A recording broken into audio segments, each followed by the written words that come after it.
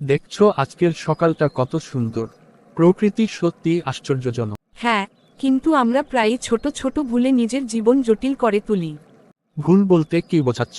আমি তো সবসময় চেষ্টা করি সঠিক সিদ্ধান্ত নেওয়ার।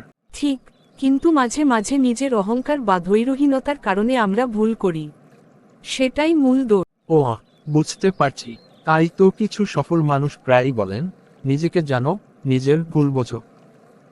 বিলকুল, ছোট ছোট ভুলগুলো যদি চিনে ধরি এবং শুধরে নেই, তাহলে বড় সাফল্য আসতে বাধা হয় না।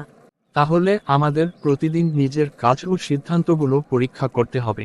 ঠিক তাই, আর দোষটা শুধরাতে হলে দয়াশীল ও ধৈর্যশীল হতে হবে। আজ থেকে আমরা চেষ্টা করি নিজের দোষগুলো চিনতে এবং শুধরে নিতে। হ্যাঁ, এবং অন্যকে সাহায্য করতে হবে যাতে তার ভুলও কমে। তাহলে প্রতিদিন একটু একটু করে আমরা নিজেদের ভাগ্য ও জীবন বদলে দিতে পারি। সত্যি, গুরুত্বপূর্ণ হলো বুঝতে পারা নিজের দোষ কোনটা, আর সেটাকে ঠিক করা।